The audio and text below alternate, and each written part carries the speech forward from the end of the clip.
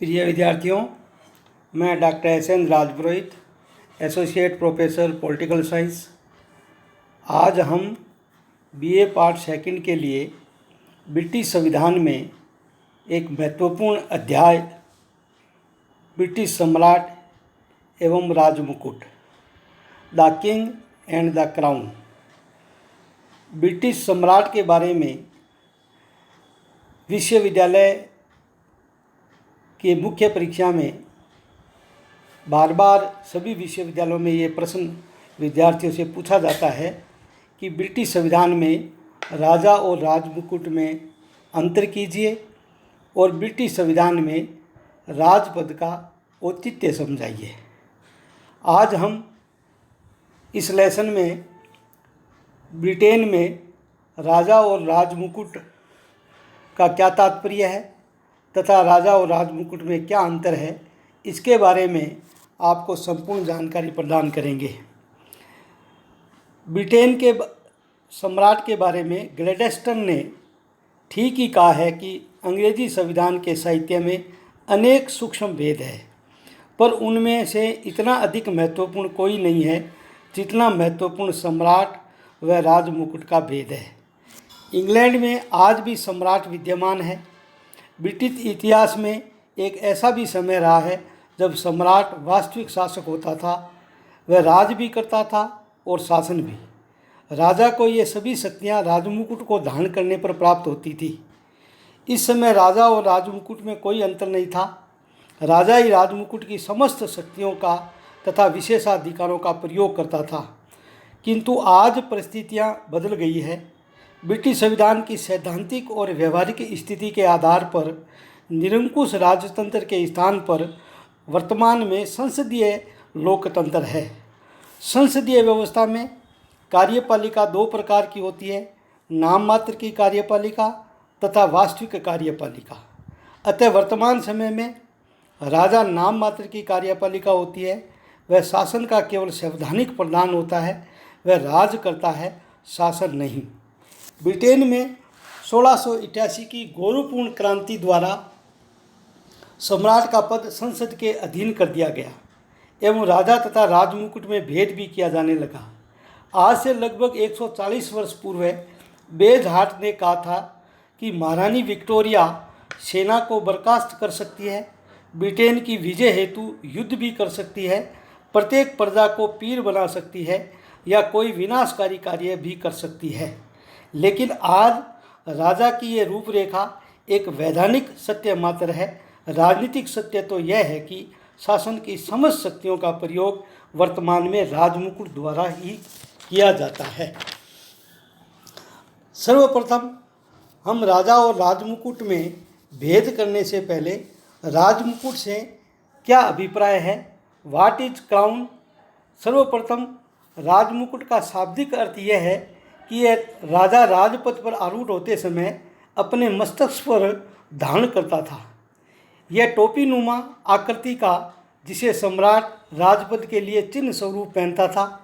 प्राचीन काल में जब निरंकुश राजतंत्र होता था तथा राजमुकुट धारण करने वाला सम्राट ही राज्य की समस्त शक्तियों का प्रयोग करता था, लेकिन धीरे धीरे संसद व मंत्रीगण के हाथ में सत्ता प्राप्त हो गई तथा राजा एवं राजमुकुट के अर्थ भी बदल गए।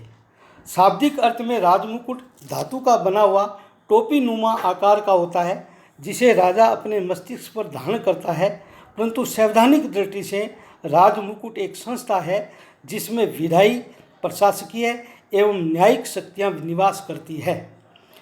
दूसरा, वर्तमान में राजमुकुट का तात्पर्य यह है कि आग तथा जिंग के अनुसार राजमुकुट राज्य की सर्वोच्च कार्यपालिका शक्ति है तथा इसमें सर्वोच्च संसद और मंत्रीगण सम्मिलित है।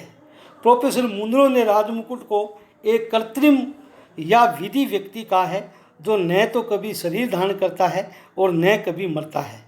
सिडनी लॉ ने क्राउन को एक सुविधाजनक काम चलाऊ उपकल्पना कहा है। सार रूप में राजमुकुट का तात्पर्य यह है कि क्राउन सर्वोच्च कार्यपालिका तथा शासन की नीति निर्माण संस्था है, जिसका अभिप्राय है राजा, मंत्री तथा संसद का सम्मिश्रण। अब हम राजा और राजमुकुट में क्या अंतर है उसका अध्ययन करेंगे। ब्रिटेन में प्राचीन काल से जब निरंकुश राजतंत्र था, राजा और राजमुकुट में कोई भेद नहीं था। राजा राजमुकुट था तथा राजमुकुट ही राजा था, और राजमुकुट की समस्त शक्तियों का प्रयोग राजा स्वयं ही करता था। पर राजतंत्र के स्थान पर धीरे धीरे ब्रिटेन में संसदीय लोकतंत्र के फलस्वरूप राजा व राजमुकुट में भेद हो गया। वस्तुतः राजा व राजमुकुट का भेद सिद्धांत और व्यवहार का भेद है।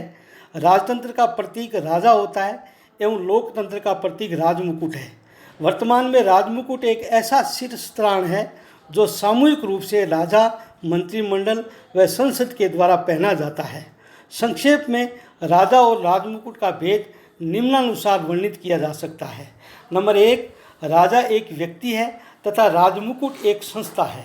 प्राचीन काल में ब्रिटेन में राजा एक व्यक्ति विशेष था जो राजमुकुट की शक्तियों का प्रयोग स्वयं करता था।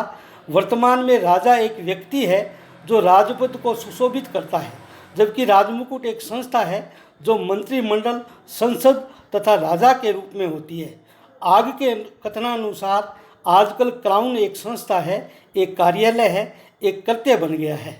दूसरा, राजा अस्थायी या नश्वर है और राजमुकुट स्थायी या अमर है। राजा एक व्यक्ति है जो जन्म मृत्यु के प्राकृतिक नियमों से बंधा हुआ है, अतः शरीरधारी होने के कारण काल या समय चक्र की दृष्टि से राजा नश्वर है। ब्लैकस्टोन ने ठीक ही लिखा है कि हेनरी, एडवर्ड या जॉर्ज मर सकते हैं, लेकिन सम्राट इन सब से अधिक जीवित रहता है। यहाँ ब्लैकस्टोन का हेनरी, एडवर्ड या जॉर्ज के बारे में जो व्यक्ति विशेष है उनके बारे में उल्लेख किया है, लेकिन सम्राट इन सब से अधिक जीवित रहता है। यहाँ दूसरा सम्राट का तात्पर्य राजमुकुट से है। इसका अभिप्राय यह है कि सम्राट व्यक्ति के रूप में मर सकता है, परंतु उसका पद जिसे राजमुकुट कहा जाता है अमर रहता है, वह कभी मरता नहीं है। इसी तरह इंग्लैंड में यह उक्ति प्रसिद्ध है कि सम्राट मर गया, सम्राट चिरंजीवी हो। The king is dead, long live the king. इसका भी अर्थ यही है कि राजा व्यक्ति के रूप में मर सकता है, परंतु राजमुकुट सदा अमर रहता है। तीसरा भेद, राजा मूर्त रूप है और राजमुकुट अमूर्त रूप है। राजा एक शरीरधारी व्यक्ति है, इसलिए वह मूर्त रूप है जो दिखाई देता है, जबकि राजमुकुट एक अमूर्त संस्था है जो हमें दिखाई नहीं देती, इसलिए वह एक अदृश्य संज्ञा है। चौथा भेद है वास्तविक एवं नाममात्र की शक्ति का भेद। प्राचीन काल में ब्रिटेन में राजा निरंकुश होता था, वह समस्त असीमित शक्तियों का प्रयोग करता था, परंतु धीरे धीरे ब्रिटेन में लोकतंत्र की स्थापना होने पर राजा की शक्तियों का ह्रास हो गया तथा वर्तमान में संसदीय लोकतंत्र में राजा नाम मात्र की कार्यपालिका है और प्रशासकीय शक्तियों का प्रयोग वास्तविक कार्यपालिका मंत्रिमंडल ही करती है। इस प्रकार हम ये कह सकते हैं कि वर्तमान में राजा और राजमुकुट में भेद किया जा सकता है। इसके अलावा अगले लेसन में हम ब्रिटेन में आज भी राजा का पद या राजतंत्र क्यों चला आ रहा है, उसका क्या औचित्य है, उसके बारे में आप समस्त BA पार्ट सेकंड के विद्यार्थियों को जानकारी प्रदान करेंगे। धन्यवाद।